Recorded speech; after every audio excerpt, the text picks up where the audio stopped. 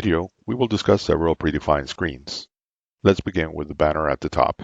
It contains important buttons and valuable information. The alarm button and status, the forward and back buttons, the system's time and date, the diagnostics area, the log on button and log user, and the navigation menu button. Click on the navigation menu button. Select Settings. The settings screen links to all other configuration screens. Let's follow the network option. In the first of three tabs, we have IP settings. The IP address, subnet mask, and gateway are configured here. The second tab allows configuration of the ports. A third tab contains all network diagnostics. Close the window by touching the X. Now, let's follow the display option.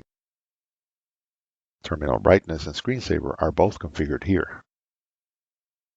Touch the X to close. Next, let's look at the HMI device option. Here we see detailed information on the hardware, including the firmware revision. Touch the X to close. Checking the controllers option, we get general information and diagnostics for the controller, one controller reference per tab, up to 4 tabs. Touch the X to close. Click on the navigation menu button. Select Screen 001.